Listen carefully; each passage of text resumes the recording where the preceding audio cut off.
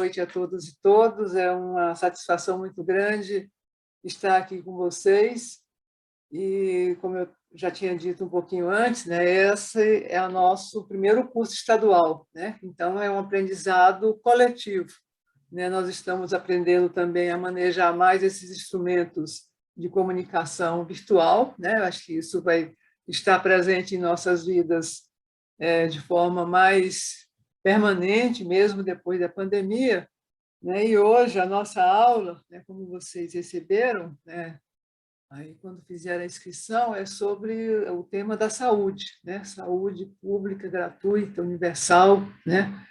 E a gente sabe que essa preocupação com a saúde não é uma preocupação dos dias de hoje, é uma preocupação e uma necessidade de melhoria da qualidade da saúde do povo brasileiro já, acho que desde sempre, né? Eu acho que é uma preocupação sempre muito presente, né?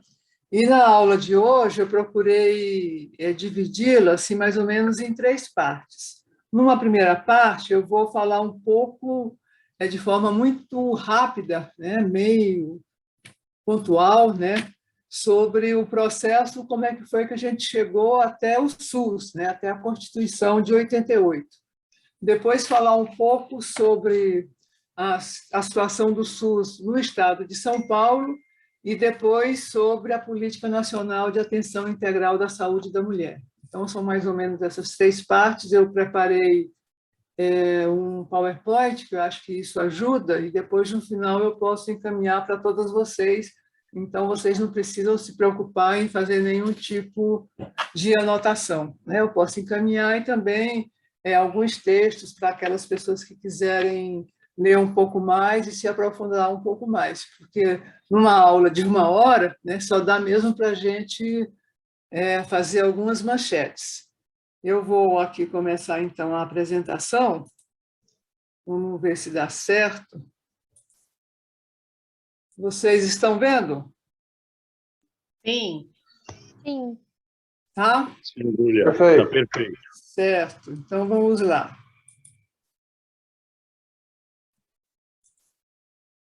Bom, então, como eu falei, a primeira parte da aula eu vou falar um pouco de como é que a gente chegou até a Constituição de 88, né? Então, é preciso a gente colocar que a questão da saúde pública no Brasil sempre foi uma preocupação muito grande. E na década de 70, né, se organizou o movimento de reforma sanitária brasileira. Era um movimento que foi inicialmente organizado e puxado pelos chamados médicos sanitaristas, né, e também depois teve uma participação também dos movimentos sociais, dos movimentos populares, de profissionais também da saúde, que não eram exatamente mais ligados à saúde pública, né? Porque nessa década de 70, a gente já vivia um certo crescimento do movimento democrático no Brasil. Vocês sabem que na década de 70 a gente estava sobre o regime ditatorial, né? Então, esse movimento puxado por sanitaristas e também vários movimentos populares se organizavam na periferia, com reivindicações em torno da questão de saúde. Eu quero um posto de saúde, eu quero um hospital, eu preciso de uma maternidade, né? Porque nessa época não existia o SUS, né? Então grande parte da população não tinha nenhum tipo de assistência à saúde, né? Em geral, só as pessoas que tinham carteira assinada, né, que tinham algum tipo de assistência. Grande parte da população era considerada indigente e eram atendidos pelas Santas Casas de Misericórdia, né? Então, esse movimento era um movimento importante, muito necessário e sentido pela população. Era um movimento que trazia em torno de si a defesa da democracia, a defesa também de um projeto civilizatório de uma sociedade inclusiva e solidária, né, tendo a saúde como um direito universal da cidadania. Então, esse movimento se desenvolveu e, de certa forma, ele desembocou e foi coroado na 8ª Conferência Nacional de Saúde. Está aí no slide que eu coloquei para vocês, que foi em 1986. em 86, já foi logo na sequência, depois do fim da ditadura militar. Então, era um momento de muita efervescência política e de grande participação popular no Brasil. Foi logo no bojo, logo na sequência, digamos assim, da luta pelas diretas já. Então, era um momento de grande participação popular. E a 8ª Conferência foi a primeira Conferência Nacional de Saúde em que aconteceu a participação popular, exatamente em função desse momento conjuntural que se vivia. E a 8ª Conferência foi um marco, então, na história da luta pela reforma da saúde no Brasil e estabeleceu as diretrizes para a reorganização do setor por meio de um sistema nacional de saúde único e descentralizado, que viria depois ser aprovado na Assembleia Constituinte de 87. Foi, de certa forma, né, vocês lembram daqueles festivais de rock? Eu até chamo que a 8ª Conferência foi, de certa forma, o Woodstock da saúde. Né? Foi um momento assim, muito... Tem ainda matérias, fotos assim, da grande participação popular, então foi um momento assim, muito importante na luta da saúde. Né? E depois, na 8ª Conferência, foi que se firmou, tá certo, o conceito de saúde, né? Porque até então saúde se considerava, não, a pessoa não está doente, então ela tem saúde. Né? Então, a 8ª firmou exatamente o conceito mais amplo de saúde, né? Que não é simplesmente a ausência de doença, mas que a saúde depende de condições de alimentação, de habitação, de educação, de condições de renda da pessoa, do meio ambiente, lazer, quer dizer, todas as questões que são necessárias para a vida de uma pessoa ser feliz. Né? Então, o conceito de saúde engloba essa questão, assim como a questão da liberdade e do acesso à posse de terra e serviços de saúde. Né? Então, foi um grande avanço, né, em ter se firmado esse conceito e essa compreensão da saúde. Outra questão importante também é que os delegados e delegadas da 8ª Conferência firmaram, tá certo? E atribuíram ao Estado o dever de garantir essas condições dignas de vida e acesso universal à saúde. E apontaram também a necessidade de ter uma integração da política de saúde com as outras políticas econômicas e políticas sociais, já que você tem uma série de outros fatores que determinam as condições de saúde da população, então você tem que ter essa integração, tá certo? E na 8ª Conferência é importante colocar que o setor privado, que era muito forte, tá certo, no Brasil, ele não participou da 8ª Conferência Nacional de Saúde, mas os delegados também discutiram e definiram, tá certo, que o setor privado deveria ser complementar, deveria estar subordinado às normas do SUS, tá certo? Assim como está estabelecido hoje na legislação. Mas o setor privado ficou ausente desse processo, né? Porque nas conferências atuais, já nessa fase de democracia, tá certo? O setor privado participa oficialmente, ativamente, mas na 8ª eles não participaram. E depois, tá certo, de realizada a 8ª Conferência Nacional de Saúde, foi organizada uma Comissão Nacional de Reforma Sanitária, porque, de certa forma, as resoluções da 8ª Conferência é um documento político, né? E essa comissão foi necessária, tá certo, para estabelecer o arcabouço técnico do SUS, tá certo? Então, foi isso que essa comissão fez. E nessa comissão, todos os setores estavam representados, gestores, trabalhadores, e o setor privado participou dessa comissão. Só um pouquinho. E o trabalho dessa comissão foi depois enviado para o Congresso Nacional e serviu de base, tá certo, para os artigos que estão na Constituição Federal. E, nesse momento também, tá certo, o movimento em defesa da saúde pública, o movimento sanitário, que foi representado por Sérgio Arouca, que foi um dos grandes protagonistas, tá certo, do movimento da reforma sanitária brasileira, entregou uma emenda popular com todas as resoluções que foram aprovadas na 8ª Conferência, tá certo? Como uma forma de pressionar também o Congresso Constituinte, e que constavam com 50.000 assinaturas, que para aquele momento da nossa vida brasileira, né, um momento logo pós-ditadura militar, tá certo? Foi um número bastante expressivo, né? E nessa proposta de emenda popular, tá certo? Sistematizava, quer dizer, toda essa concepção da saúde, a questão que o SUS deveria ser um sistema único, universal, descentralizado, com participação da União, dos estados e dos municípios, quer dizer, tudo isso constava dessa proposta de emenda popular e foi importante, tá certo, para a aprovação da Constituição de 88. Né? E os artigos que tratam da saúde vão do artigo 196 ao 200. Aqui eu coloquei um pouco só a síntese de cada um. Então, entra a concepção de que a saúde é um direito de todos, um dever de Estado, dentro dessa concepção mais ampla do conceito de saúde, né? Se coloca também no artigo 197 que as ações de saúde são de relevância pública. O artigo 198 traz os princípios do SUS, a questão de que é universal, integral e que tem participação popular. Então, isso é muito importante, quer dizer, isso é um direito constitucional. O 197, 99, é importante a gente destacar que muitas vezes a gente esquece, né? Mas isso também é uma explicitação, tá certo? Da participação e da força do setor privado, né? Porque o setor privado também participou ativamente desse processo de constituinte e conseguiu gravar na nossa Constituição que a assistência à saúde é livre à iniciativa privada. Então, isso está lá garantido também para o setor privado, a participação na área da saúde, tá certo? Mas se conseguiu, pela força desse movimento popular, colocar, tá certo, que essa participação deveria ser complementar. Era só ser... E proibia, tá certo, que recursos públicos fossem colocadas para entidades de fins lucrativos, tá certo? Então, isso foi uma questão importante também.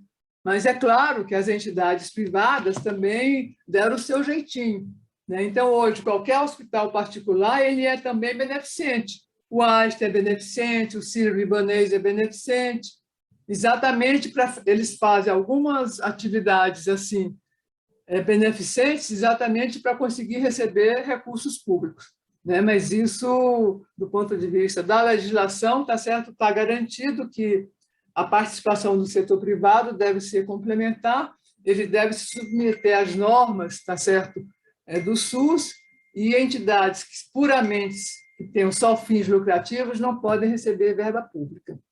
E o artigo 200 trata de questões também importantes do ponto de vista da saúde, né, relativas à vigilância sanitária. A gente viu agora o quanto é importante ter uma boa vigilância com essa pandemia da Covid, né? Diz respeito também à questão da produção de medicamentos, equipamentos, saneamento básico, meio ambiente. Quer dizer, dentro da compreensão de que a saúde depende de tudo isso, né? Então, isso é o que está na Constituição, vocês podem ler depois na Constituição cada artigo de forma mais detalhada. Aí eu botei só uma síntese. Aqui agora eu procuro falar o seguinte, vocês viram, quer dizer, o SUS veio da 8ª, que foi 86, 88 a Constituinte e a nossa Constituição Cidadã.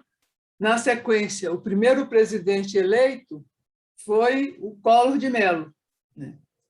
O Collor de Mello se elegeu com um discurso do ponto de vista econômico, adotando a política neoliberal e o discurso fajuto de combate à corrupção.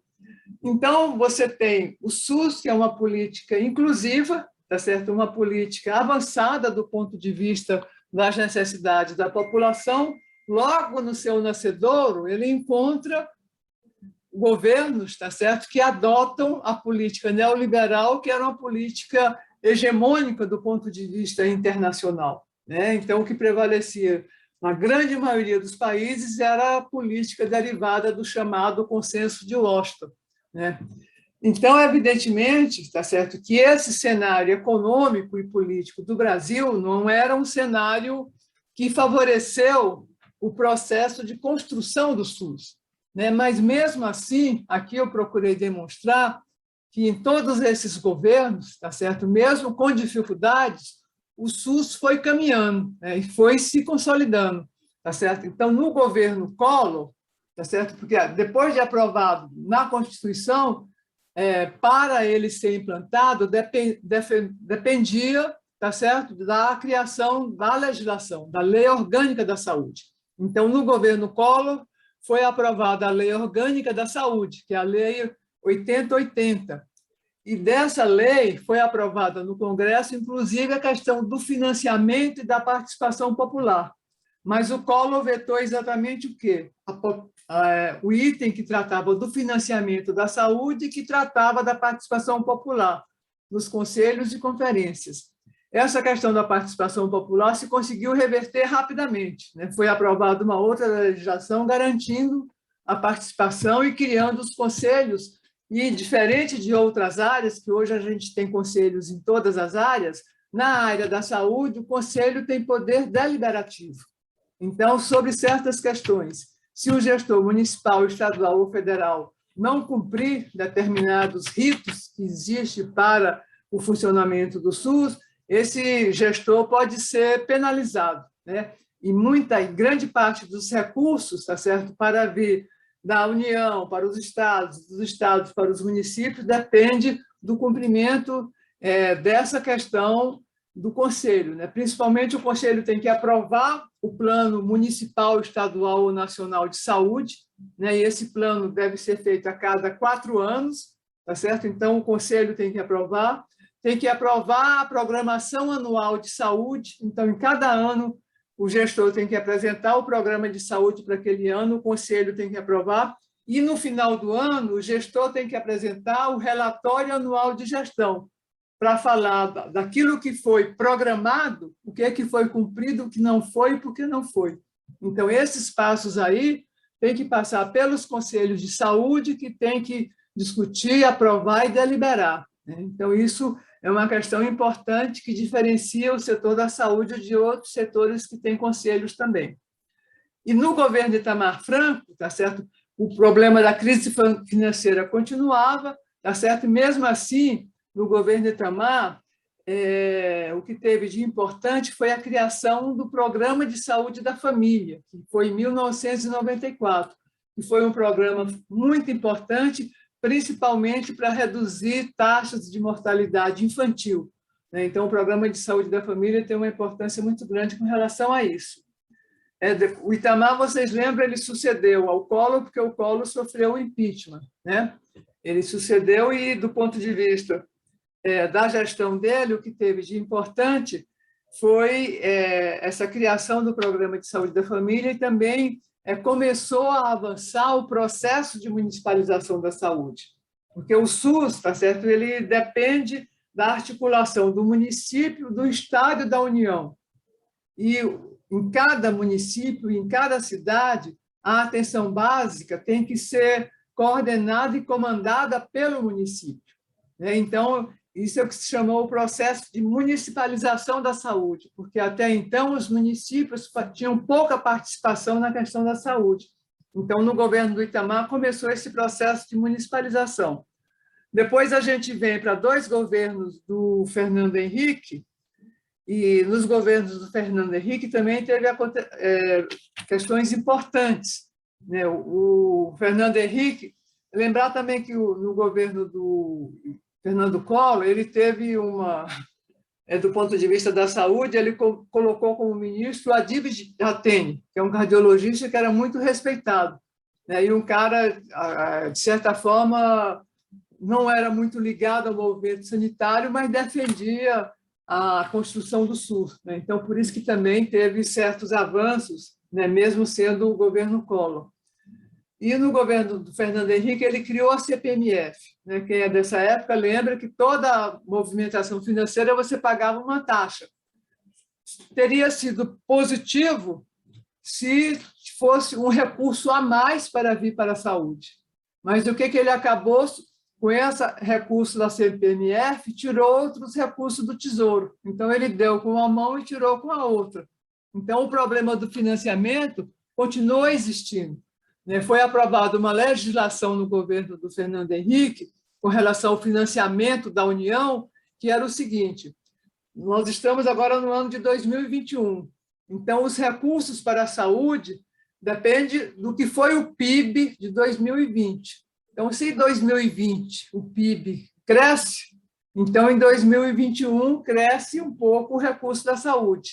Se em 2020 o PIB diminuiu, em 2021 diminui o recurso para a saúde. Então, isso era, digamos assim, o conceito da emenda complementar 29, né? E que tem uma contradição, porque se a gente tem uma crise econômica, vai ter mais gente precisando do sistema público, e o sistema público vai ter menos recursos. Então, é uma legislação perversa nesse sentido, tá certo? Que não resolveu o problema da saúde. Mas no governo do Fernando Henrique, durante uma parte o ministro era o Serra, ele aumentou o piso de atenção básica. O piso de atenção básica, cada município, dependendo da sua população, recebe um X por habitantes, né? Então, ele aumentou. Então, isso foi um fato positivo, porque ajuda a melhorar a atenção básica, que é fundamental para a população brasileira. Ele também ampliou o processo a criação do Programa de Saúde da Família e criou a Anvisa, né? A Anvisa, hoje, que foi tão falada com essa questão das vacinas, foi criada no governo do Fernando Henrique, né? Como ele governou durante 2 mandatos, né? Então teve 2 conferências nacionais, né? Então, aquilo que foi garantido na legislação, de ter as conferências, tá certo? De ter o funcionamento dos conselhos de saúde, então isso, em todos esses governos, esses processos aconteceram. Júlia, 20 Oi. minutos, tá? Tá bom, então vou ter que correr mais. No século XXI, aqui já estamos chegando no século XXI, a gente tem aí, então, os governos Lula e governo Dilma, né? Logo no início de 2002, 2 governos Lula, depois 2 governos Dilma. Também o processo de construção do SUS continuou. E aí, com mais respeito às questões do funcionamento dos conselhos, a realização de conferências. Então, foram inúmeras conferências de saúde indígena, saúde da mulher, de saúde da população negra, quer dizer, então se ampliou esse processo de participação popular. Mas a questão fundamental, que é o nó fundamental do SUS, que é a questão do financiamento, no governo Lula isso não se tocou, continuou sendo o mesmo tipo de financiamento que existia anteriormente. Mas ele criou o SAMU, ele fez a reforma psiquiátrica, que foi muito importante, que até então qualquer paciente com doença mental ficava isolado, tá certo, nos manicômios, né? Não sei se vocês conhecem os manicômios, mas era uma coisa terrível. Eu lembro de um que eu visitei em Goiânia quando eu era estudante. As pessoas eram tratadas meio parecido com animais, né? Então era uma coisa terrível. Então teve a reforma psiquiátrica no governo Lula e criou os centros, os CAPs, né, que existe atualmente hoje no SUS, criou a atenção à saúde bucal e criou também a farmácia popular, né, que tem um rol, uma lista de medicamentos básicos que o SUS fornece gratuitamente, mas não são todos os medicamentos. E com a farmácia popular, né, com o aumento da produção de genéricos, e os genéricos veio da gestão do Serra, isso também fez com que uma parcela de medicamentos vendidos nas farmácias venham por um preço menor, que foi um fato positivo.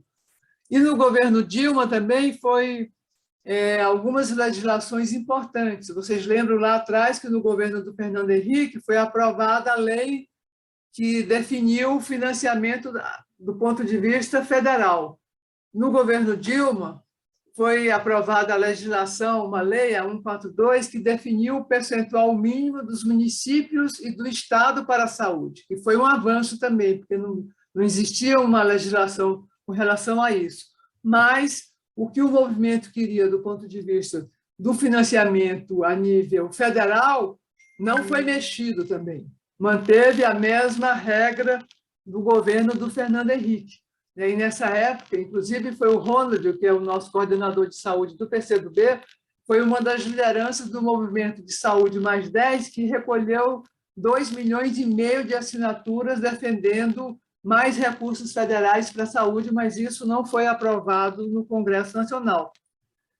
No governo Dilma também, de positivo, foi o programa de Mais Médicos, que é mais recente, acho que todo mundo se lembra, que foi importante porque, principalmente nas grandes cidades, nos bairros mais periféricos, ou nos municípios mais do interior, é difícil de ter médico, então isso possibilitou se ter médicos, tá certo, nos postos de saúde e nas equipes de saúde da família. Então, foi muito importante. Outra legislação também, mas que anda meio esquecida, foi aprovada no governo da Dilma, é uma legislação que aprova as diretrizes de como é que a saúde vai se organizar. Por que isso há necessidade? Quer dizer, a Constituição garante que qualquer pessoa no Brasil tem direito ao atendimento desde uma vacina até um transplante, se a pessoa precisar. Mas isso não significa que todos os municípios têm que ter todos os tipos de assistência ou de serviços que a população precisa. Então, se todo município não vai ter tudo, então os municípios têm que se organizar regionalmente, tá certo? E definir qual vai ser o papel de cada um naquela região, mas garantindo que o cidadão de qualquer um daqueles municípios da região possa acessar o serviço que ele precise, mesmo que seja em outro município, né? Então, isso foi aprovado no governo da Dilma, e criando também as redes de atenção de saúde. A rede é para dar o sentido de que a pessoa, à medida que ela entra no SUS, qualquer tipo de tratamento que ela precisa ter, ela tem que ser encaminhada por dentro do sistema. Não é ela que vai ter que ficar batendo na porta de cada hospital, de cada laboratório, para fazer o exame X ou Y, para fazer a cirurgia A, B ou C.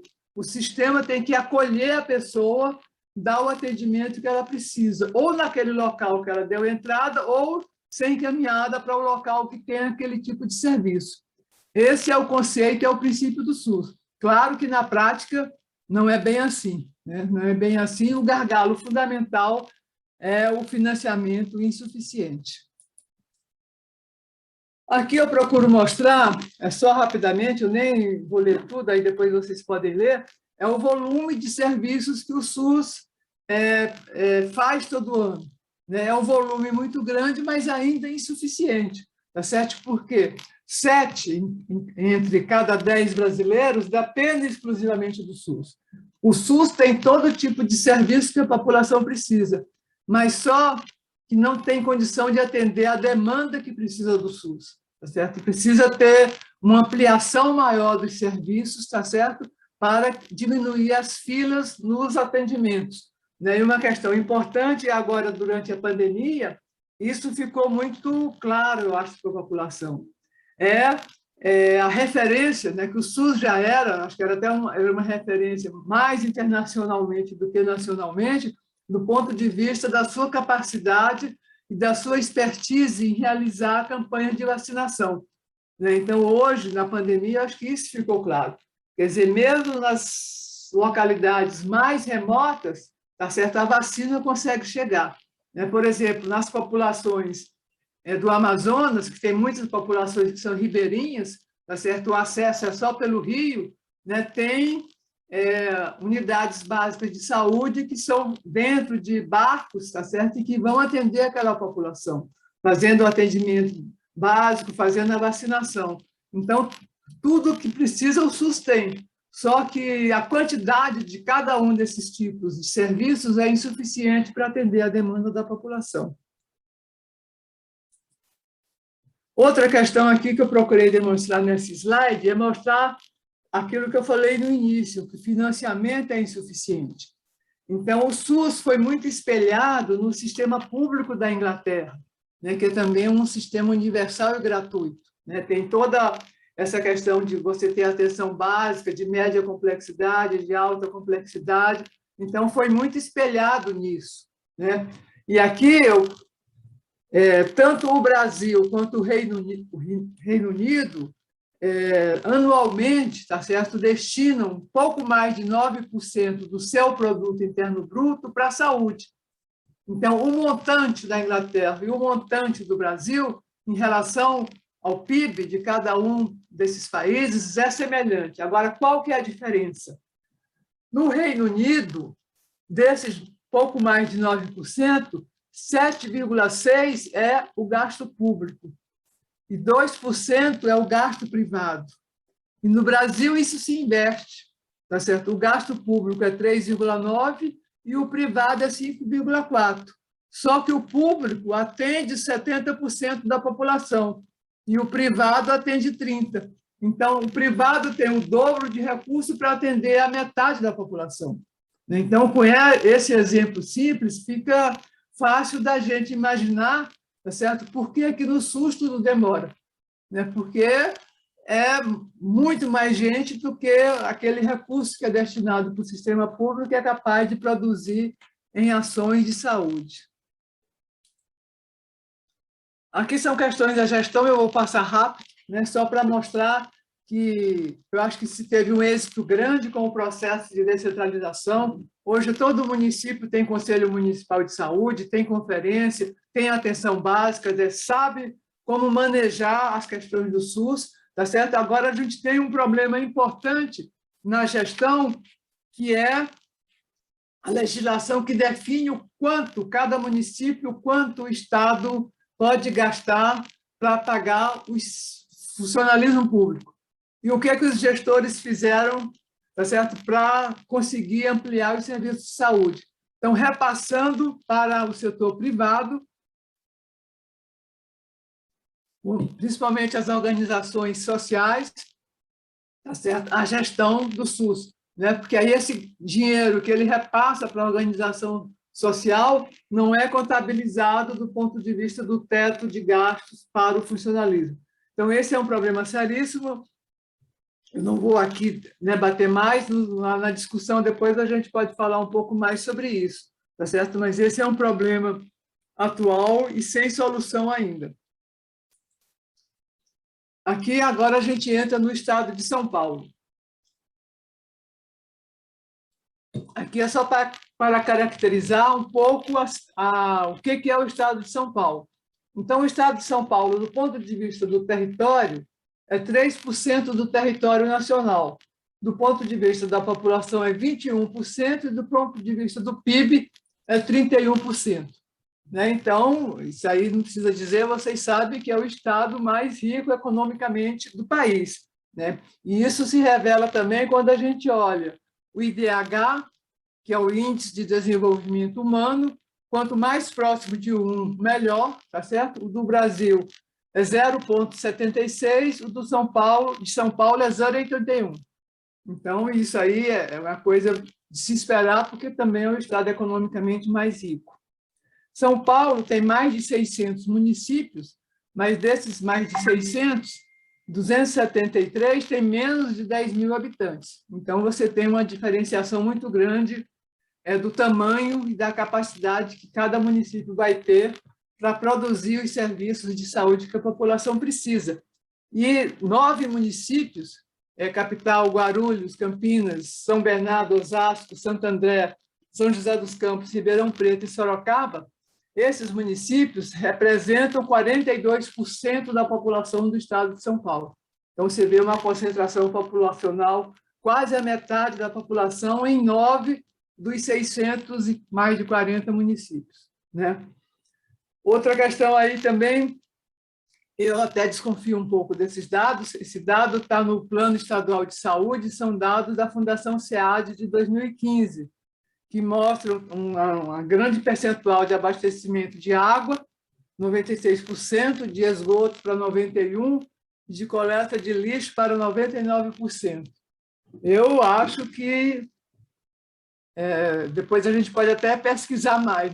Esse dado da coleta de lixo de 99% da população do estado de São Paulo eu achei bastante exagerado, porque a gente sabe o número grande de favelas que existe, nessas favelas, grande parte delas não tem coleta de lixo, mas é um dado que está no Plano Estadual de Saúde, o último. Do ponto de vista do analfabetismo, é pequeno percentual, ensino médio 70%, a taxa de fecundidade, isso é importante, porque isso está cada vez mais, as mulheres têm menos filhos. Então, em 1980, a média era de 3,4 filhos por mulher, em 2016, 1,68. Então, se a gente olha hoje a pirâmide populacional do estado de São Paulo, que no passado era um triângulo mesmo, uma base bem larga, porque você tinha um número grande de crianças e jovens e um número de idosos pequeno, hoje ela está virando tipo um losango, né? A base está estreitando e aqui em cima está se alargando, porque tem menos crianças e jovens e cada dia mais tem mais idosos. Isso é importante também porque isso tem implicações sobre o sistema de saúde, que vai demandar uma necessidade maior de consultas, de exames e de internações. Aí, aqui também a vida média, isso de 2017. Do homem era 75 anos e da mulher 81. Isso tem sido sempre assim, porque a gente sabe também que a mortalidade, principalmente dos jovens homens, né, por mortes violentas, é bem maior, né? Então, isso faz com que a vida média do homem seja menor do que a da mulher. A mortalidade infantil também é decrescente no estado de São Paulo, em torno de 11 por mil nascidos vivos. Aí eu procurei mostrar também que o estado de São Paulo também é um estado que tem desigualdades regionais. Enquanto a média do estado é de 11 crianças, na Baixada Santista é de 14,3. E se você vai desmembrar isso na Baixada Santista, da região central de Santos, para aquela população que mora nos morros, provavelmente a população que mora nos morros, isso aí deve estar em torno de 17, né? Em São José do Rio Preto, que é uma cidade mais rica, é de 8,6. Então, você tem essas diferenças regionais do ponto de vista da situação socioeconômica da população, que tem implicação também para a saúde da população. Não quero andar. Bom, aqui também, eu nem vou ler, depois vocês podem ler, que São Paulo também é o estado mais rico em hospitais, unidades de saúde, quer dizer, todos os tipos de serviços do SUS, tá certo? Em São Paulo tem mais do que no conjunto dos estados proporcionalmente. Aqui é um dado do orçamento de São Paulo, em 2020, foi 246 bi, e o orçamento da saúde, 23 bilhões. Então, São Paulo, de certa forma, cumpre o mínimo constitucional, né? Então, se aprovou o mínimo, mas, de certa forma, esse mínimo, para o conjunto dos estados, acaba sendo o teto, né? Quando eles atingem o mínimo, né, os governos acham que já fizeram tudo, né? Mas isso seria para ser considerado realmente o mínimo, não o teto, né? Mas, na prática, os estados acabam tratando o mínimo como teto. Um dado interessante, que isso daqui é uma repercussão também da pandemia, é sobre o número de internações. Em 2020, a gente teve menos internações do que em 2019. Vocês lembram que a pandemia começou no início de 2020. Então, foram menos internações com a pandemia do que em 2019. Por quê? Porque tudo que não era Covid ficou represado. Então, tudo que era de cirurgia eletiva ou de tratamento eletivo, tá certo? Nesse período de pandemia não foi feito.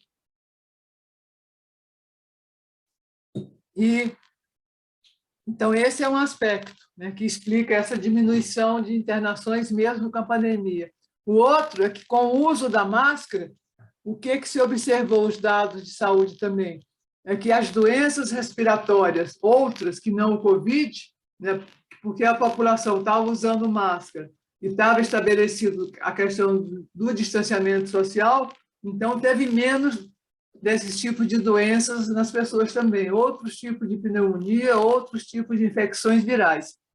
E um dado que é preocupante, tá certo? Particularmente para as mulheres, é que diminuiu a oferta e a procura de rastreamento, tanto do câncer de colo de útero como do câncer de mama. Então, esse é um problema importante aí para o próximo período. Aqui também eu só procuro mostrar a rede física de São Paulo, mostrando que está bastante dividida com as organizações sociais. né? Você tem ainda esse primeiro grupo aqui, é da administração direta, o segundo são aqueles que estão nas organizações sociais. Aqui você tem um grande número de hospitais universitários, né? O HC de São Paulo, o HC de Campinas, o HC de Botucatu, o INCOL, o HU, tá certo? Então, é uma rede bastante grande, eu vou passar rápido, porque o tempo está correndo. Depois vocês podem ler, aqui eu botei só o exemplo de alguns tipos de hospitais para vocês verem que a gente tem administração direta tanto na capital como também em algumas outras cidades, assim como as organizações sociais também. Elas aparecem na capital, aparecem em Guarulhos, Campinas e nas demais cidades do estado. Aqui são os profissionais de saúde. Então, o total é 163 mil. 56 mil são dirigidos pelas organizações sociais. Então, é um número muito significativo. E isso compromete do ponto de vista da proposta de ter um plano estadual de saúde, né? Porque uma organização social acaba, às vezes, concorrendo com a outra, tendo projetos diferentes, né? Então, essa é uma preocupação grande, né? Ainda um grande número nas universidades também. Aqui a gente entra. Quantos minutos eu ainda tenho? Eu corri nessa parte para poder demorar mais agora. Estamos chegando a 40 minutos agora. Tá. Então, com relação agora à questão da saúde da mulher. Então, é preciso dizer para vocês que as mulheres, tá certo, são as principais usuárias do Sistema Único de Saúde. Se você vai em qualquer unidade de saúde, tá certo, de qualquer tipo, sempre o número de mulheres é maior, porque as mulheres acompanham os filhos, o marido, a avó, a tia, a vizinha, né? Então, o papel de cuidadora da mulher da sociedade ainda tem uma implicação bastante forte nisso. E no Brasil, a saúde da mulher foi incorporada já desde o início do século passado. Só que, tá certo, essa incorporação, a mulher é vista como o quê? Como a mulher que engravida, que dá à luz, né? Então, a visão, tá certo, que o sistema de saúde tinha e que refletia uma necessidade do sistema capitalista, que era exatamente para a mulher como reprodutora. Essa função era indispensável para produzir a mão de obra, tá certo? Então, era dessa forma que a mulher era vista, tá certo, no sistema de saúde, né? Então, até a área do Ministério a área técnica no Ministério da Saúde se chamava a área materno-infantil, porque a mulher era só vista como aquela que vai parir, que vai dar à luz a uma criança que é necessária para manter a reprodução da força de trabalho no sistema capitalista. E, evidentemente, isso era fortemente criticado pelo movimento feminista, que não aceitava esse tipo de redução, tá certo? Então, durante a década de 70, vocês viram que o movimento de reforma sanitária no Brasil, né, ele surgiu e foi muito forte na década de 70. O movimento feminista também, na década de 70, foi um movimento, década de 70 e 80, tá certo? Um movimento bastante pulsante. Toda hora o meu celular toca essas telemarketing. Claro. Então, na década de 70, o movimento feminista era muito pujante, tá certo? Muito forte, não aceitava esse tipo de reducionismo, tá certo? Da visão da mulher, tá certo? E tinham reivindicações, tá certo, que evidentemente colocavam a mulher como sujeito de direito com necessidades que extrapolavam, evidentemente, ao momento do parto, né? E demandavam ações, tá certo, para contemplar essa necessidade, tá certo? Não só a mulher nas suas diversas fases da vida, na infância, na adolescência, na maturidade, no período do climatério, na velhice, tá certo? Como também a necessidade de ver que a mulher também não era igual, tá certo? Uma coisa é uma mulher que trabalha no escritório na Faria Lima, outra coisa é uma mulher que mora numa comunidade, tá certo? Em situações de habitação extremamente precárias. Outra coisa é a mulher que é a trabalhadora rural, que trabalha no campo. Outra coisa é uma mulher ribeirinha, lá nas margens do rio Amazonas. Então, o movimento procurava também, além de colocar a mulher como sujeito de direitos, tá certo? E também essa amplitude, tá certo, das várias situações, e que são situações de condições sociais, econômicas, culturais e afetivas, e que isso também tem que ser inserido, tá certo, dentro dessa visão de saúde, de uma proposta de saúde para as mulheres. Então, isso foi uma luta bastante intensa, tá certo? Na década de 70, tá certo? Na década de 80, e isso também correu junto, na década de 70 também, as lutas feministas, as lutas das mulheres, não aconteceram só no Brasil, foi do ponto de vista do mundo inteiro, foi um conjunto de manifestações, de atividades, tá certo? Tanto que, em 1975, a ONU definiu como o Ano da Mulher. E foi aí que foi oficializado e instituído o 8 de março como o Dia Internacional da Mulher. Então, era um momento em que a gente vivia aqui sobre uma ditadura, mas vários movimentos com várias vertentes, tá certo? Nasceram por necessidades da população, e esses movimentos também foram se entrelaçando, porque na questão da mulher, uma questão forte era a questão da saúde, e também isso também se entrelaçou com o movimento sanitário, de reforma sanitária, e isso também se fez presente na 8ª Conferência Nacional de Saúde.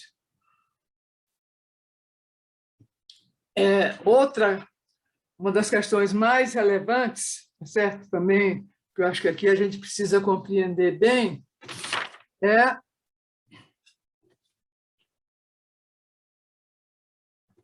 a abordagem de gênero, que tem sido um fator importante para questionar valores a partir da desigualdade entre os gêneros, oriunda de uma construção social, político-cultural e histórica.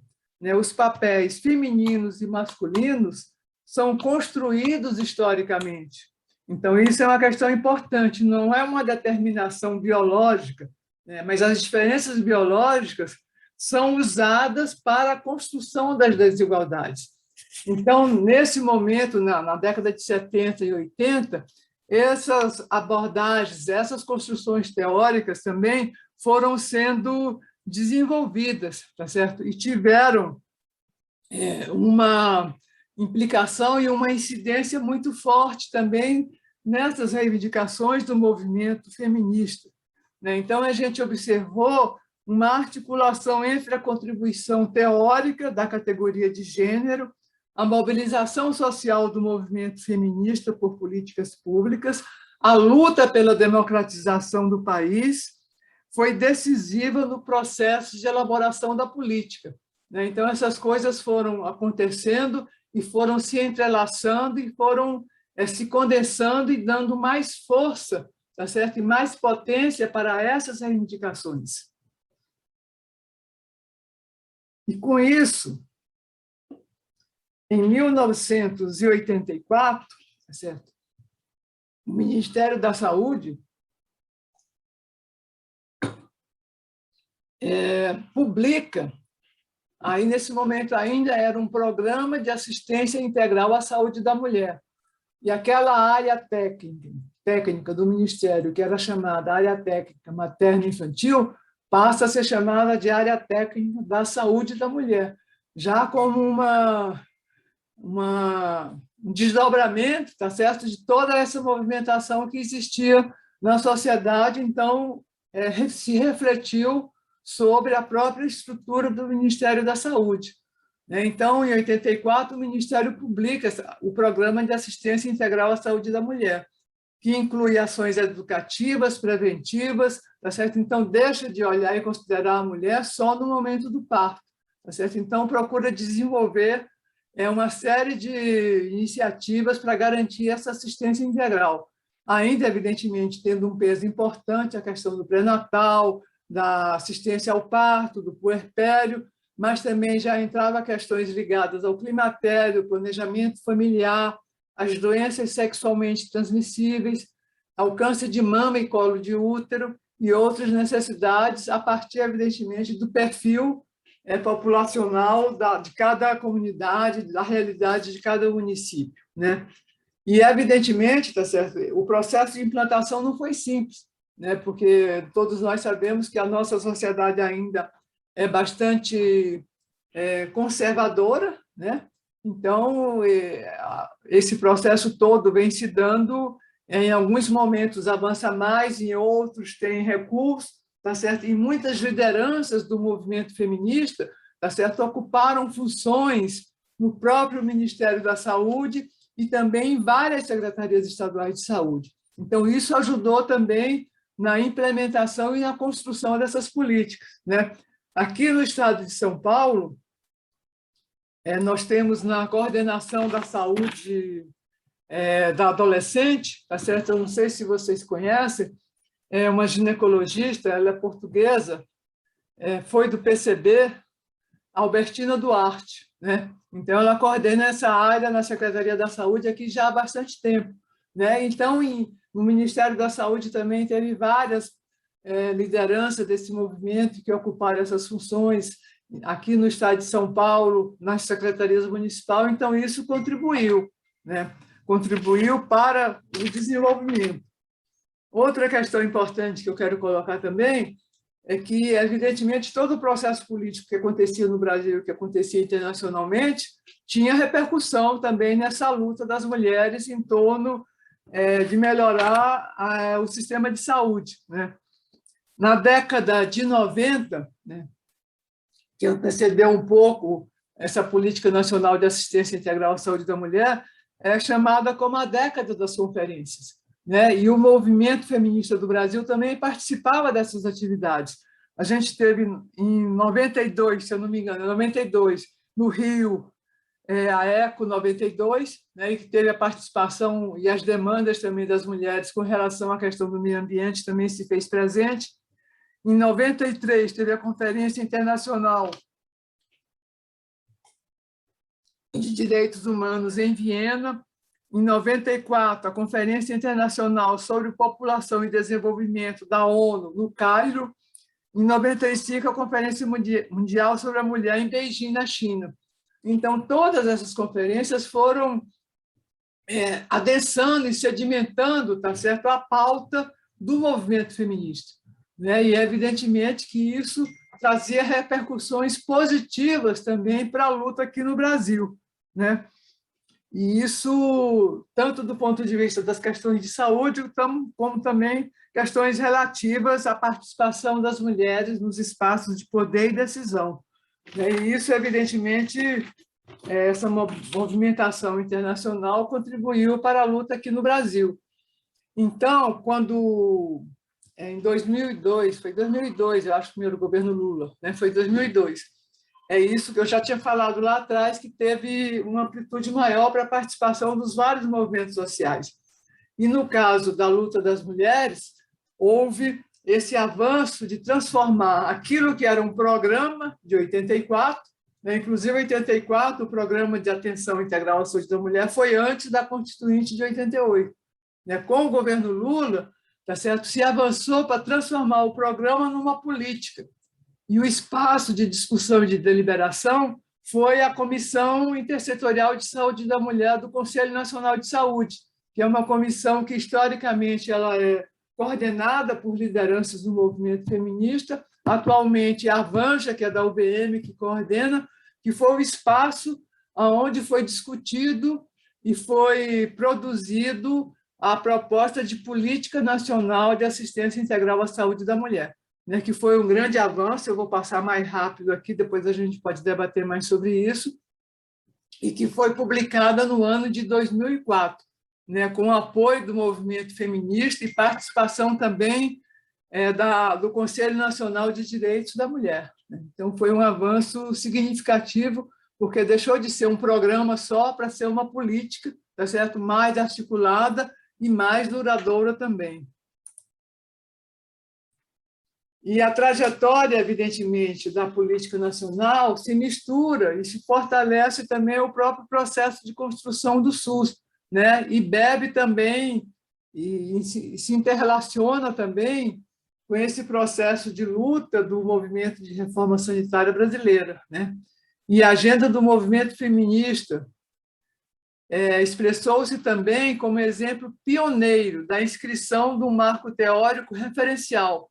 Lembra lá atrás que eu falei do conceito de gênero, né, que foi um conceito que viveu da luta concreta das mulheres e também da elaboração política de algumas ideólogas. Então, esse conceito de gênero, né, essa é uma questão significativa, foi absorvida pelo Estado brasileiro. Tá certo? Então, a Política Nacional de Assistência Integral à Saúde da Mulher traz essa questão que é pioneira, tá certo, do Estado absorver o conceito que foi construído, tá certo, com a participação do próprio movimento feminista, tá certo? E trata a questão da saúde da mulher com integralidade, tá certo? E o reconhecimento dos direitos sexuais e reprodutivos como direitos humanos, né? Isso é muito importante. Eu posso depois passar para o grupo lá, de todo mundo que está participando, é um artigo da Kátia Souto, que também foi presidenta da UBM, e a Kátia Souto está fazendo, sempre se dedicou a esse estudo, né? Então, ela tem um artigo muito interessante que traz toda essa história da luta feminista, tá certo? E com essa vitória importante que foi, tá certo, o movimento conseguir fazer com que o Estado absorvesse esse conceito, que é um conceito progressista e que atualmente no governo Bolsonaro, evidentemente, está extremamente ameaçado. E um conceito que é importante porque a questão de gênero, ela tem implicações, tá certo, na questão da saúde da mulher, né? Aqui, rapidamente, também eu peguei 3 pontos, né, para mostrar como é que está sendo a implementação aqui no estado de São Paulo da Política Nacional de Saúde da Mulher. Com relação à questão da gravidez da adolescência, que eu acho que isso é um indicador importante, se a política está ou não funcionando de forma adequada, porque a gravidez na adolescência, evidentemente, não é um fenômeno desejado, né? Porque a adolescente ainda não tem todas as condições, até biológicas, para ser mãe, do ponto de vista da maturidade, da necessidade de estar na escola, ou de estar na universidade, né? E a gente observou de 2000 a 2012 uma diminuição de gravidez na adolescência, que é uma repercussão, tá certo, da implementação dessa política. Mas, nos últimos anos, esse dado está meio estacionado, e, nesse último ano, eu acho que a diminuição não foi dentro da expectativa que se tinha, né? Então, esse é um problema importante. E aqui também, quando você avalia a questão da gravidez na adolescência, ela também se mostra diferenciada dentro do estado de São Paulo, né? O que mostra a necessidade da gente fortalecer mais o SUS e fortalecer a atenção básica, porque a questão da gravidez da adolescência depende não só de uma orientação correta na área da saúde, mas da inter-relação, tá certo? Dos serviços de saúde com os serviços da educação, da assistência social, né? Então, você tem que ter uma intersetoriedade, tá certo, das ações de saúde com ações de outras áreas, tá certo, para educar e para prevenir. E, entendo a gravidez na adolescência, você tem que garantir um atendimento adequado, porque, em geral, é uma gravidez de maior risco. Outro dado importante aqui também, aqui a gente já está indo para o final, que eu procurei só pegar algumas questões que são mais relevantes do ponto de vista da saúde da mulher, com relação à questão do câncer de mama. A própria secretaria estabeleceu conseguir fazer o rastreamento, tá certo? Quer dizer, fazer os exames, a consulta clínica e o tratamento quando necessário, em pelo menos 70% das mulheres indicadas, que é entre 40 e 69 anos. E nos vários anos isso nunca foi atingido, tá certo? São Paulo fica em torno de 49%. Então, longe da meta traçada, tá certo? Então, alguns programas foram implementados como o programa Mulheres de Peito, né? Aí eu pus aqui alguns dados só para vocês verem, tá certo? Que ainda as ações são muito pontuais, né? São dados, um programa que assistiu 69 municípios. Claro, se for os municípios maiores, né, é evidente que atinge a maior parte da população, mas ainda não são políticas que conseguem chegar no conjunto do Estado, né? E isso se relaciona com aquela questão que eu coloquei, que o financiamento da saúde é insuficiente. Quer dizer, a saúde tem programas, tem propostas que são adequadas e necessárias, mas que não conseguem atingir o público que deveria atingir, né? Isso com vários projetos. Outro projeto é que, para assegurar os direitos reprodutivos, a colocação de DIU no pós-parto. Também ainda é um número pequeno de maternidades e é um número pequeno de mulheres frente à população que precisa ter esse tipo de atendimento, né? Então, são programas de saúde necessários, mas ainda é insuficiente do ponto de vista da demanda do Estado.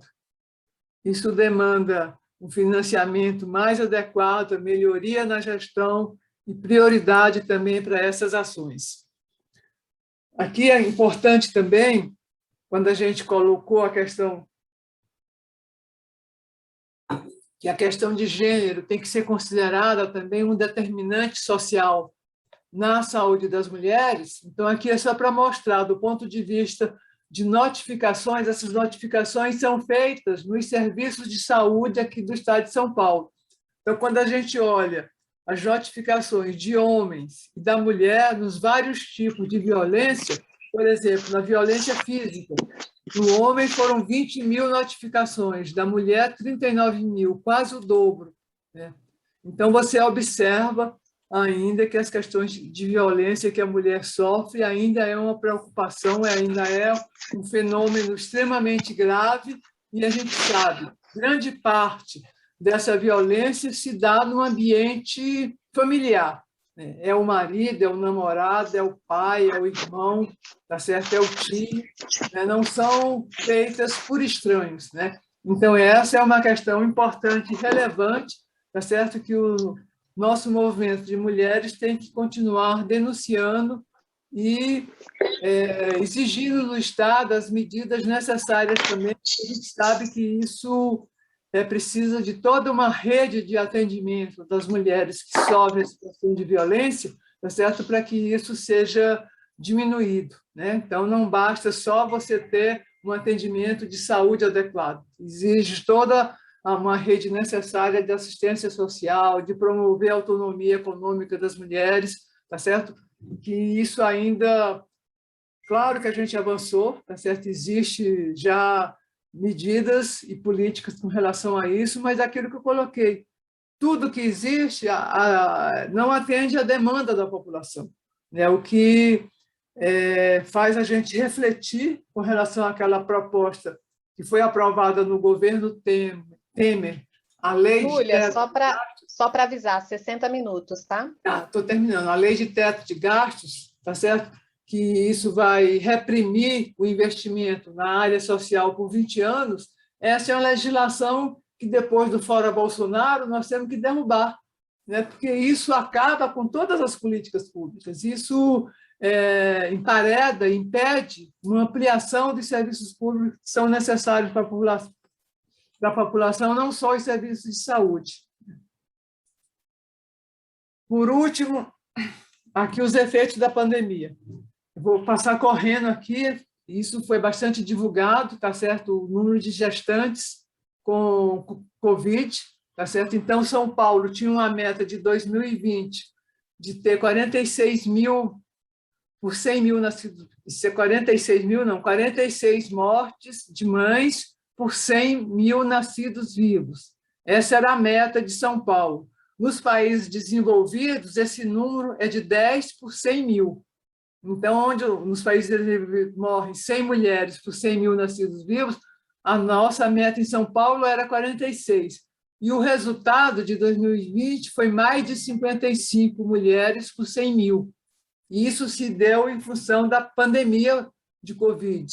Se a gente retirar daqui o número de mulheres com Covid que morreram, esse número cai para 44,9, o que mostra como foi subestimado, como foi inadequado a qualidade do atendimento dado às mulheres grávidas durante a pandemia da Covid, né?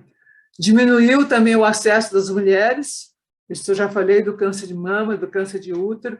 A gravidez na adolescência, a redução foi menor do que a meta era 11%, reduziu em 9,8%, então isso continua sendo um problema.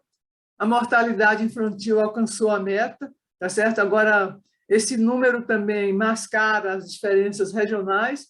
Aqui em São Paulo, por exemplo, no bairro de Moema, aqui na capital, é 6 a 7 crianças que morrem antes de 1 ano por 1.000 nascidos vivos. Se você vai na cidade de Tiradentes ou em Guaianazes, esse número vai para 17. Então, a gente nunca esquecer, quando a gente vê um indicador, que o indicador reflete sempre a média, né, e que esconde as diferenças. Outra questão importante aqui, rapidinho, que também isso foi bastante denunciado, os retrocessos nos direitos sexuais e reprodutivos. Quer dizer, o Ministério da Saúde, durante essa gestão, chegou a publicar uma portaria para implantar na derme, assim, na pele das pessoas, anticoncepcional em mulheres em situação de rua, com AIDS, com deficiências, e isso, evidentemente, foi amplamente repudiado, eles tiveram que recuar, a bancada feminista na Câmara, o Conselho Nacional, né, mas houve, né, e isso está havendo permanentemente nesse governo, medidas e iniciativas que significam um retrocesso para as lutas e para as conquistas das mulheres. Efeitos assim também na pandemia, eu falei um monte de efeito negativo, agora teve um efeito positivo, pela necessidade premente, tá certo? Houve um investimento maior nos nossos laboratórios públicos, né? Esse foi um fato positivo no Adolfo Lutz e no Butantan, e ampliou os investimentos, tá certo? Agora, por outro lado, quer dizer, ampliou aqui e tirou de outro lugar. Então, o que estava proposto, indicado para a reforma das unidades, para ter acessibilidade para as pessoas com deficiência, foi zero de investimento nesse período de pandemia, né? E também faltou insumos para a produção de medicamentos na FURP, que é uma fundação do remédio popular. Então, você vê, né? Você teve algumas necessidades para serem cumpridas, melhorou a situação dos laboratórios, mas faltou dinheiro em outros lugares. Aqui eu nem vou, só vou, depois vocês podem ler isso com mais detalhe, é o seguinte, também, isso eu já falei, durante a pandemia houve todo um represamento das doenças crônicas, né? E essas doenças crônicas vão cobrar a fatura mais adiante, então a gente precisa dar atenção para as questões de hipertensão, alcoolismo, doenças cardíacas, as doenças circulatórias, né, que foram subestimadas. O sistema de saúde se abriu só para a Covid, se fechou para as outras coisas, então isso mais adiante vai cobrar a sua fatura. E aqui no final, eu acho que nós temos que dar viva ao SUS, viva a luta para revitalizar o SUS, como está a nossa deliberação do Congresso, tá certo? E para isso nós temos que garantir o financiamento adequado, ampliar o acesso da população, criar a carreira no SUS para os profissionais de saúde, implantar de forma plena a Política Nacional de Assistência Integral à Saúde da Mulher, aumentar o investimento em ciência e tecnologia para dinamizar o complexo industrial da saúde. A gente viu a falta que fez no início, não tinha respirador, não tinha máscara, nós não temos os insumos para produzir vacinas, então nós temos que investir em ciência e tecnologia. E do ponto de vista dos nossos movimentos de mulheres e das nossas lideranças, nós temos que participar dos conselhos de saúde, dos municípios, no estado, a nível nacional, porque é um local importante para fazer o debate das questões de saúde e para repercutir a luta das mulheres e alcançar conquistas. Desculpe, passei um minutinho, mas era muita coisa, eu tive que saltar, mas no debate a gente complementa. Obrigada. A Cleide falou e depois a Rosina também abordou, acho que outras pessoas também trataram, sobre a questão da saúde da mulher negra, né? Existe aprovado no Ministério da Saúde uma política nacional sobre a saúde da população negra, né? O que acontece no SUS? Quer dizer, todas as questões que a gente pensa, em geral, tem uma área no Ministério da Saúde que já discutiu, que elaborou, tá certo, propostas para determinada questão, determinado assunto. Foi falado também sobre a questão da humanização. Tem uma área do Ministério da Saúde que trata disso. Então, tem uma política nacional sobre a humanização no atendimento dentro do SUS. Qual é a dificuldade? Essas políticas chegarem na ponta, chegarem na unidade de saúde onde a população está sendo atendida. Outra dificuldade também, o próprio processo de formação dos profissionais de saúde, não só dos médicos, mas dos médicos, das enfermeiras, das auxiliares, tá certo? Então, tem que ter um entrelaçamento maior entre o que as políticas são discutidas e aprovadas no Ministério da Saúde e o Ministério da Educação e no processo de elaboração e formulação das políticas de educação de maneira geral. Então, acho que existe um hiato, uma defasagem, entendeu? Entre essa conversa entre um ministério e outro, né? Isso dentro do próprio conceito de saúde que está na Constituição, aquele conceito que foi aprovado na 8ª Conferência, exigiria um intercâmbio maior entre as várias áreas do movimento social, né? E com relação à população negra, quando eu estive no Ministério, que foi na gestão da Dilma, eu era diretora do Departamento de Gestão Participativa. E o Departamento de Gestão Participativa, além de trabalhar com os conselhos de saúde, trabalhava também com todas as políticas de promoção da equidade. Então, da população negra, da população LGBT, da população da cidade e do campo. Todas essas políticas focadas naquelas populações mais vulneráveis eram discutidas no departamento.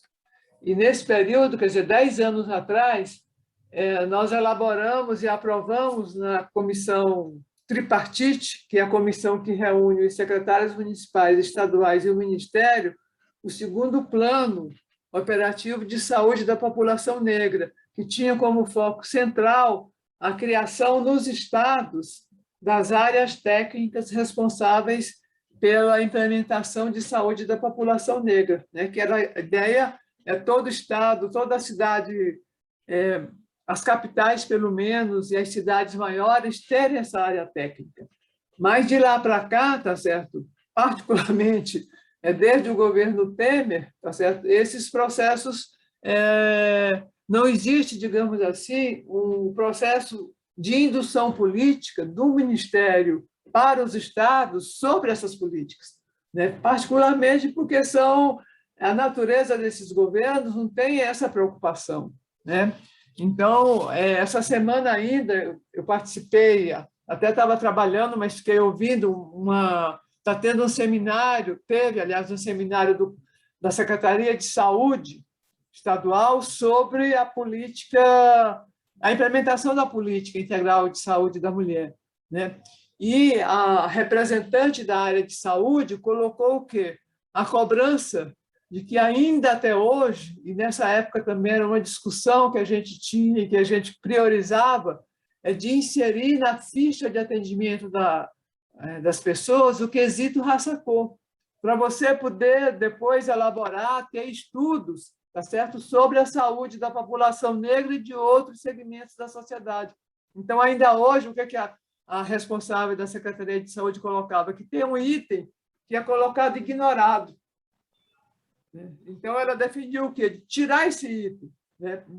De ter realmente o preenchimento, tá certo? É branca, é negra, é indígena, o que é amarela, tá certo? Então, você vê como as coisas demoram para acontecer. Isso era uma coisa que era cobrado 10 anos atrás, que provavelmente foi formulada antes de 2011, tá certo? E hoje, em 2021, aqui no estado de São Paulo, que é o estado, digamos assim, tecnicamente com mais condição de desenvolver essas políticas, ainda é um problema existente, né? E isso é fruto, quando a gente coloca que o processo de discriminação do Brasil tem um imbricamento da questão de classe, de gênero e de raça, tá certo? E isso se manifesta nesses tipos de comportamento, né? São questões que não são valorizadas, que não são compreendidas, né? Então, acho que essa é uma observação que eu queria fazer, né? E isso é bastante reconhecido, tá certo? A mortalidade materna é maior na mulher negra, tá certo? Muito maior na mulher negra, tá certo? Por todas as condições sociais, econômicas, tá certo? Em que a mulher negra está envolvida, e pelo racismo estrutural que também tem nas unidades de saúde.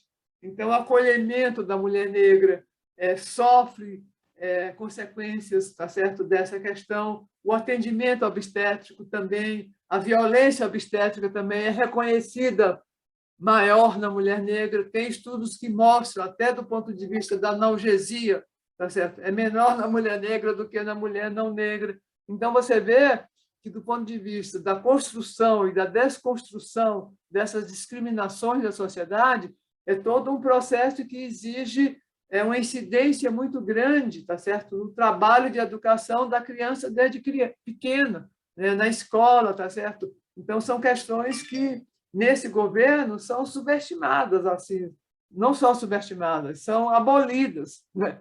Esse tipo de debate, né? Então, isso, evidentemente, torna essas construções mais difíceis. Outra questão que a Bia colocou, que São Paulo capital tem 2 maternidades. Agora, aqui a gente tem que compreender o seguinte: aqui na capital de São Paulo tem um número grande de hospitais que estão sob gestão do Estado, né? Não estão sob gestão do município, né? Porque dentro do processo de construção do SUS, tá certo? Uma parte desses hospitais deveriam estar sob a gestão do município, mas aí, por questões políticas, isso, o processo de municipalização aqui na capital. Você tem, por exemplo, amparo maternal, é uma maternidade, deveria estar sob gestão do município, mas está sob gestão do Estado. O Hospital de Referência de Saúde da Mulher, aquele da Brigadeiro, também está sob gestão do Estado, né? Então, você tem uma série de unidades de saúde, né? Então, a gente não pode raciocinar só com 2 que estão sob gestão do município, né? Que tem outras, tá certo? Em Sapopemba, eu acho que também tem, eu não sei se é maternidade, eu acho que tem, ou é uma casa de parto, agora eu não me lembro, que também é de gestão do... Agora eu fiquei em dúvida do que é, mas aí, Bia, tem que levar em consideração essa questão, né? Eu não estou dizendo que é suficiente o que tem, mas que é mais do que 2 por conta desse quadro de muitas unidades de saúde estarem na gestão estadual. A Conitec, que o Antônio Carlos falou, é uma parte do Ministério da Saúde que é responsável pela construção dos protocolos técnicos de assistência, da incorporação de tecnologia, tá certo? Eu não ouvi hoje a CPI, não sei exatamente o que foi colocado, mas isso está lá no Ministério da Saúde e provavelmente deve ter ficado omissa, né, diante da história do tratamento precoce e outras coisas mais. Eu não sei se isso aconteceu, mas é possível. A questão das OS, que a Lucineide levantou, e outras pessoas também, aí é um grande problema. O que acontece? Nós temos na nossa legislação, que é um dos pilares da política econômica com viés, e a política neoliberal, de ter um teto de gasto, tá certo, por município, o Estado e a União para o funcionalismo público. Se ultrapassar esse teto de gasto, o gestor pode ser incriminado até preso, tá certo? Então, o que acontece? Isso do ponto de vista da legislação. E também os governos tucanos têm a ideologia de privilegiar o setor privado. Então, juntou, como é que diz, a sopa no mel, a abelha no mel, sei lá como é que é o ditado, tá certo? Tem esse problema da legislação e, do ponto de vista ideológico, eles defendem a questão da terceirização, da privatização da saúde e, no processo de construção e de ampliação das unidades de saúde, eles repassam porque esse dinheiro que é repassado para as organizações sociais não entra dentro desse teto do funcionalismo. E hoje, aqui na cidade de São Paulo, a metade ou mais da metade, no Estado a relação é um pouco diferente, porque tem as universidades, mas no município, mais da metade, se eu não me engano, do funcionalismo, dos servidores, dos trabalhadores das unidades de saúde, são geridos pelas organizações sociais. Evidentemente que isso traz problemas para o SUS. Essa própria questão que alguém colocou da identidade do trabalhador da saúde com os objetivos do SUS, além de ter o problema da formação, que isso provavelmente nas universidades é feito de maneira precária ou não é feita, tem o problema também que hoje ele é gerenciado como se fosse um empregador privado, tá certo? A unidade é pública, mas o patrão dele lida com ele numa relação do patrão do setor privado qualquer. Então, isso também diminui a identidade e a referência daquele trabalhador com o próprio SUS e com as suas finalidades. Então, são questões que a gente tem dentro do sistema. E nós temos um secretário de saúde lá do Espírito Santo, Nésio, que inclusive é da direção nacional do partido. Ele tem muita criatividade em buscar alternativas de como é que eu vou gerir a saúde aqui no estado do Espírito Santo. Eu não posso contratar mais, não posso fazer concurso, porque eu já atingi o teto, tá certo? Então, ele criou a criação de uma fundação do estado para gerenciar algumas unidades de saúde, ter programas de formação de profissional, porque aí você consegue ter profissionais também nas unidades mais distantes, nos locais. É como se fosse um tipo de um mais médico estadual. Então, ele fez uma certa adaptação no Espírito Santo e fez isso para poder fazer o processo de construção do SUS.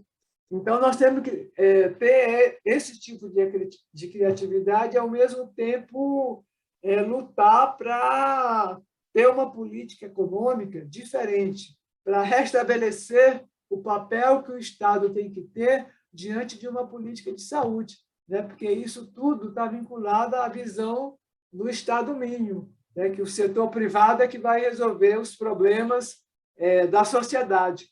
E a gente viu agora, na pandemia, que isso é uma falácia. Se não fosse o SUS, o que teria acontecido com a população? Então, alguém perguntou como dialogar com a população. Eu acho que nós temos que usar, e isso é positivo, tá certo? Um dos aspectos positivos da pandemia é usar o exemplo concreto e ressaltar o papel do SUS. Quem produziu a vacina? Foi a Fiocruz e o Butantan. Quem está vacinando? Os trabalhadores, as mulheres, os jovens, os negros, são os trabalhadores do SUS, que tem um programa de vacinação absolutamente reconhecido internacionalmente. Onde que a população está sendo atendida? Foi o setor privado? Foi o mercado que resolveu isso? Não. O mercado quis interferir na compra de vacina para faturar em cima disso. Foi isso que a CPI mostrou, tá certo? E vários indivíduos aí ligados ao governo Bolsonaro fazendo esse tipo de negociado, com dinheiro que era já pouco, queria ainda retirar para essas negociadas aí dessas entidades aí que foram criadas para intermediar a compra de vacina aqui e acolá, quer dizer, um negócio absurdo. Então, eu acho que nós temos que usar a pandemia para mostrar e revelar o fator, a importância do SUS. Porque, de maneira geral, na população, eu sempre digo isso, o desejo de qualquer trabalhador ou trabalhadora é ver o filho fazendo uma universidade, de preferência na USP, na Unicamp, na Unesp, tá certo? Ou no Instituto Federal, que são universidades públicas reconhecidas e que ele também não tem que gastar. Agora, com a saúde, qual que é o sonho de todo trabalhador? É ter um plano de saúde. Então, nós temos que lutar, tá certo? No curso da vida para mudar esse tipo de concepção. E, para isso, o SUS tem que melhorar a qualidade do atendimento, tem que diminuir as filas. Então, é uma luta que a gente vai ter que ir fazendo, como diz assim, correr, trocar o pneu com o carro andando. Não tem outra forma. né? Eu acho que isso é muito importante. O Tércio falou da questão da mulher com deficiência. Na Secretaria de Saúde, tem aqui do Estado, eu vi, né, nesse seminário, que tem uma área responsável por isso. Agora é aquilo que eu falei, né? O SUS, né, consegue enxergar todas essas necessidades. Todas essas necessidades já sofreram discussão por parte dos técnicos do SUS. O problema é que a implementação disso se dá pontualmente, né? Então, a repercussão na sociedade como um todo é insuficiente, né? Não é que não se veja, que não tenha preocupação, é que a implementação das políticas que vão sendo necessárias e que são construídas também a partir da mobilização dessas áreas que pressionam, que demandam os serviços, o processo de implementação é bastante insuficiente diante da demanda, né? A Nilda falou sobre a importância da participação popular, claro que é muito importante, né? Quando eu falei da questão do movimento de reforma sanitária do Brasil, ele teve alguns focos que começaram a se mobilizar. Um foram os médicos sanitaristas, outro foi o movimento popular a partir de demandas da população, e outra foi uma parte dos médicos, que na década de 70 também, foi quando se deu com intensidade o problema de mudanças no mercado de trabalho, com o surgimento das medicinas de grupo. O médico deixou de ser um profissional liberal, ele passou a ser muito assalariado, né? Só que os direitos trabalhistas não eram reconhecidos, né? Então, foi outra vertente também que fez surgir o movimento de renovação médica, que se uniu com o movimento de sanitaristas pela reforma sanitária e também teve uma participação, além de uma participação muito forte do movimento popular por conta de suas necessidades, né? Não é à toa que hoje o presidente do Conselho Nacional de Saúde é um dirigente da CONAN, né? Que é uma entidade que a gente participa, que a gente tem hegemonia, né? Mas o presidente é um menino lá do Sul, ele é do PT, mas ele é diretor da CONAN, né? E isso representa, inclusive, um simbolismo, né, da importância do movimento popular dentro dessa construção do SUS.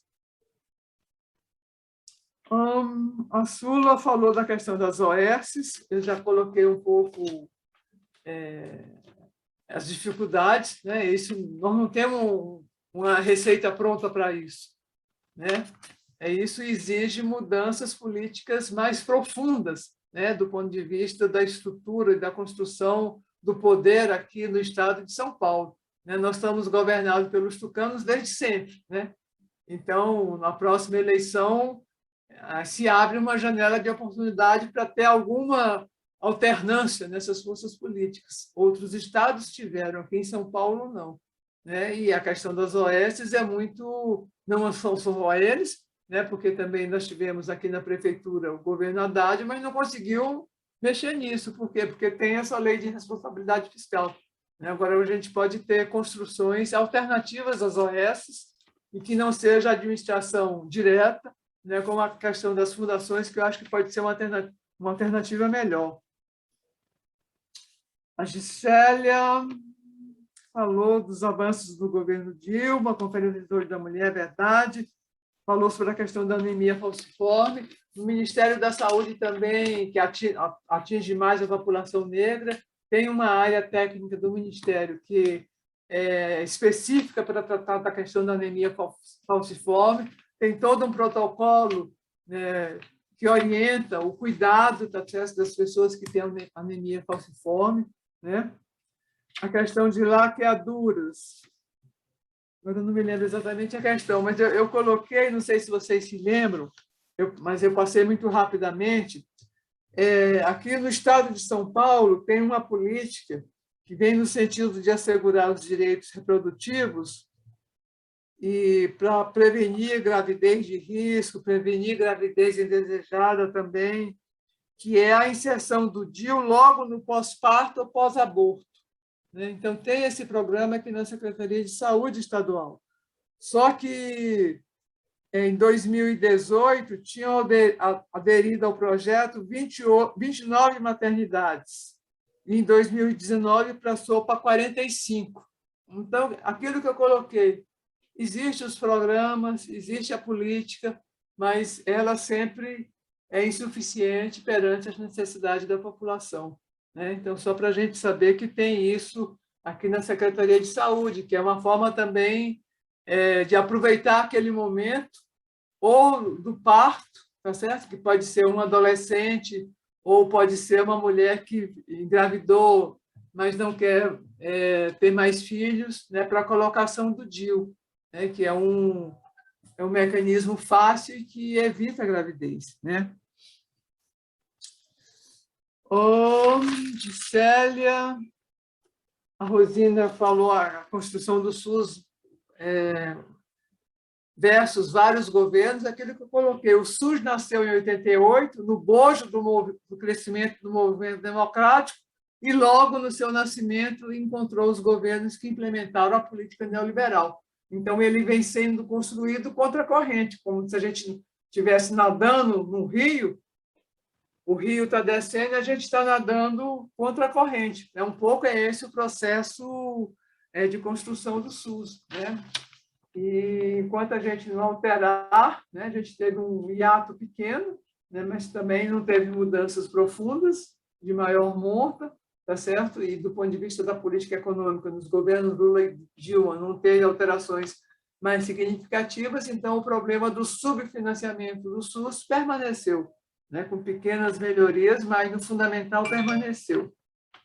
Com relação à questão da saúde mental, pós-pandemia, que a Rosina colocou, quer dizer, esse é uma questão importante, né? Mas existe os CAPs, né? Que também a amplitude e a possibilidade de atendimento acho que é insuficiente, né? Eu acho que há necessidade, né, que o SUS, nesse momento, se preocupe com o processo de formação continuada, que essa é uma necessidade, e existe dentro do SUS políticas para isso, para uma formação permanente dos trabalhadores da saúde, no sentido de se atentar para as necessidades da população naquele momento. Essa era uma questão que deveria ser envolvida, mas eu não sei se tem programação para isso, realmente não sei dizer para vocês. A polêmica, foi a Mariana que colocou, né? Foi a Mariana, não sei se Mariana ou se foi a Rosina, com relação ao conceito de violência obstétrica, né? Porque isso, a violência obstétrica, evidentemente, envolve o profissional de saúde. No caso do momento do parto, envolve o médico, né? E, evidentemente, como não existe o reconhecimento, tá certo, dos problemas, das questões sociais, das diferenças que envolvem as condições socioeconômicas das mulheres, né? E, do ponto de vista de classe, né, o profissional médico, em geral, de forma mais majoritária, vem de classes da elite, da classe dominante, né? Então, existe esse conflito, né? E o próprio Conselho Federal de Medicina representa um pouco isso, né? Um pouco essa visão elitista, tá certo, dos médicos de maneira geral, e que nesses últimos períodos isso se mostra de maneira mais acentuada. No momento da década de 70, de 80, tá certo, você tinha do ponto de vista mais geral, uma posição mais democrática do movimento médico, né? Vocês viram como é que foi o comportamento das entidades médicas diante do movimento dos mais médicos, que era uma necessidade absolutamente indispensável do ponto de vista de você promover a saúde e melhorar o atendimento, tá certo? No caso das grandes cidades, nos bairros de periferia, no caso dos municípios mais pobres e mais distantes do Brasil, você viu uma situação absolutamente irracional e que reflete essa posição de elite dos mais médicos, no sentido de manter o seu mercado de trabalho controlado, tá certo? e em situações em que eles mesmos, a grande maioria, não quer ir trabalhar na periferia, não quer ir trabalhar no município do interior. Então, eu acho que isso muito também corresponde a essa composição de classe da maioria dos médicos. Então, esses programas que melhoram, que ampliam o acesso da universidade para os setores mais populares, então é muito importante, muito fundamental que mulheres negras, homens negros, mulheres ou homens de setores populares, tá certo? Ascendam à universidade, que consigam fazer o curso médico também, para melhorar a composição social, né? E a outra questão é uma incidência sobre os currículos escolares, tá certo? Porque os currículos da Faculdade de Medicina não valorizam o SUS, tá certo? Não valoriza. Então, evidentemente, né, se o cara já vem de setores privilegiados da sociedade e o currículo da universidade, né, ou o currículo mesmo do ensino médio não valoriza essa necessidade de você diminuir as desigualdades sociais que existem na sociedade, você vai formar um profissional que quer ser cirurgião plástico, que quer ser oftalmologista, que quer fazer ultrassom, etc. e tal, e não quer um profissional que quer trabalhar no SUS. Tanto que a gente via, nessas gestões do Lula e da Dilma, foram criadas muitas residências médicas para formar o médico de saúde da família, que é um médico com a visão mais generalista dos problemas de saúde, de ver a pessoa na sua integralidade, né? E muitas vagas ficavam não preenchidas, enquanto você tem em outras áreas uma concorrência muito grande, né? Naquelas áreas que são mais valorizadas pelo setor privado e pela parte mais elitizada da nossa população.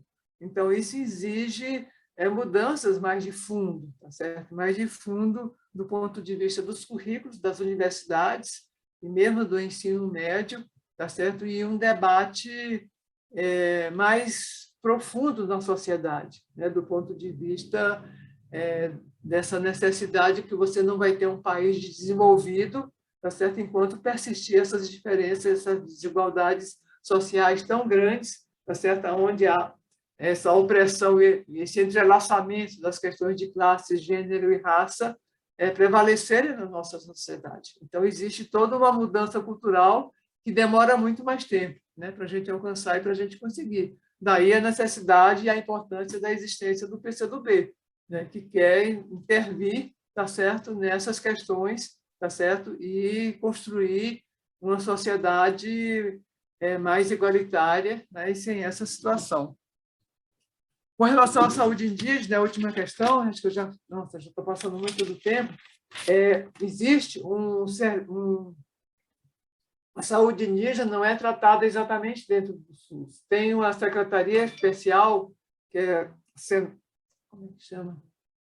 Secretaria de Saúde Indígena. Eu sei que tem um órgão especial, específico, né, até pelas características culturais, da localização, que trata especificamente da saúde indígena.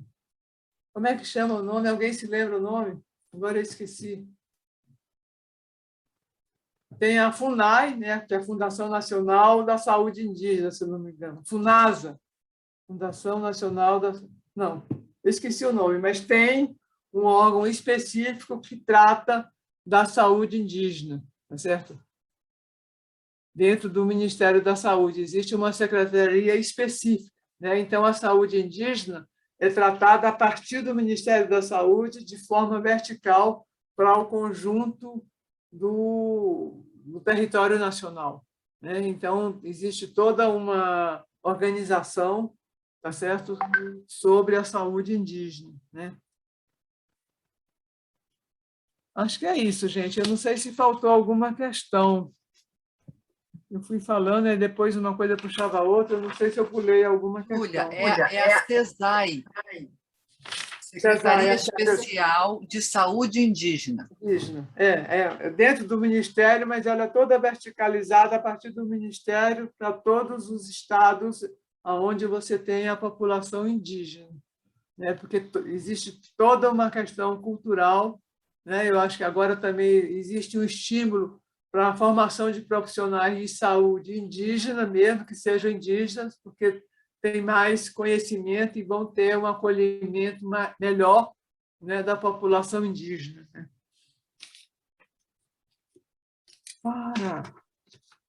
É isso, gente. Eu não sei se faltou aí, vocês coloquem, né? Mas acho que a gente já passou bastante do tempo. Né? Mas tem também, eu posso depois disponibilizar no grupo, tá certo? Tem um artigo do professor Jair Nilson, que é um professor da Bahia, que analisa os 30 anos do SUS, que é muito interessante, e tem também a Política Nacional de Atenção Integral à Saúde da Mulher, que foi esse documento produzido e aprovado no governo Lula, em 2002, 2003, eu não me lembro exatamente o ano, né, que tem todas essas questões também, eu posso disponibilizar no grupo, né, que são questões assim importantes que a gente pode depois fazer uma leitura mais detalhada dessas questões. Era isso, gente. Eu acho que a gente precisa continuar lutando muito, né, pela revitalização e pela valorização do SUS, né, que é absolutamente indispensável para a sociedade brasileira. Né, e junto, ele só vai estar bem desenvolvido quando a gente tiver um projeto nacional de desenvolvimento. Ele depende muito disso. Eu acho que nós temos que ter investimento em ciência e tecnologia também para o Brasil se desenvolver, é fundamental, e isso ficou muito evidente agora na pandemia. Eu acho que as pessoas conseguem enxergar isso claramente. Era isso.